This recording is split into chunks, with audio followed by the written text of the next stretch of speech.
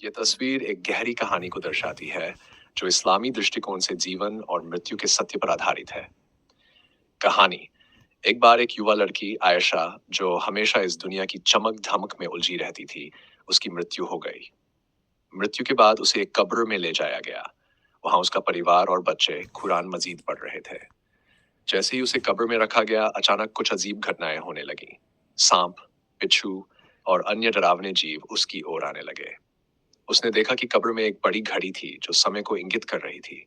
वह समय उसकी जिंदगी के कर्मों का प्रतीक था। आयशा को एहसास हुआ कि उसने अपनी जिंदगी को सिर्फ सांसारिक सुखों में बिताया और अल्लाह को याद करने, नमाज पढ़ने और नेक काम करने में समय नहीं दिया। उसकी आत्मा घबराने लगी। घड़ी की टिक टिक उसके हर एक गलत कर्म को गिन रही थी। पीछे बैठे बच्चे और परिवार कुरान मजीद पढ़ते हुए अल्लाह से उसकी मगफिरत, क्षमा की दुआ कर रहे थे। उनकी दुआओं और कुरान की तिलावत ने उसे थोड़ी राहत दी। आयशा ने महसूस किया कि दुनिया में किया गया हर कर्म, चाहे अच्छा हो या बुरा, उसके साथ ही जाएगा। इस कहानी का संदेश यह है कि हमें इस दुनिया को केवल एक परीक्षा समझना चाहिए।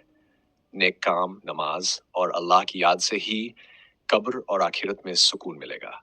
अल्लाह से हमेशा मगफिरत मांगनी चाहिए, क्योंकि वही रहम करने वाला है। सबक: दुनिया में समय को सही कार्यों में लगाएं ताकि कब्र में समय आपका दुश्मन न बने।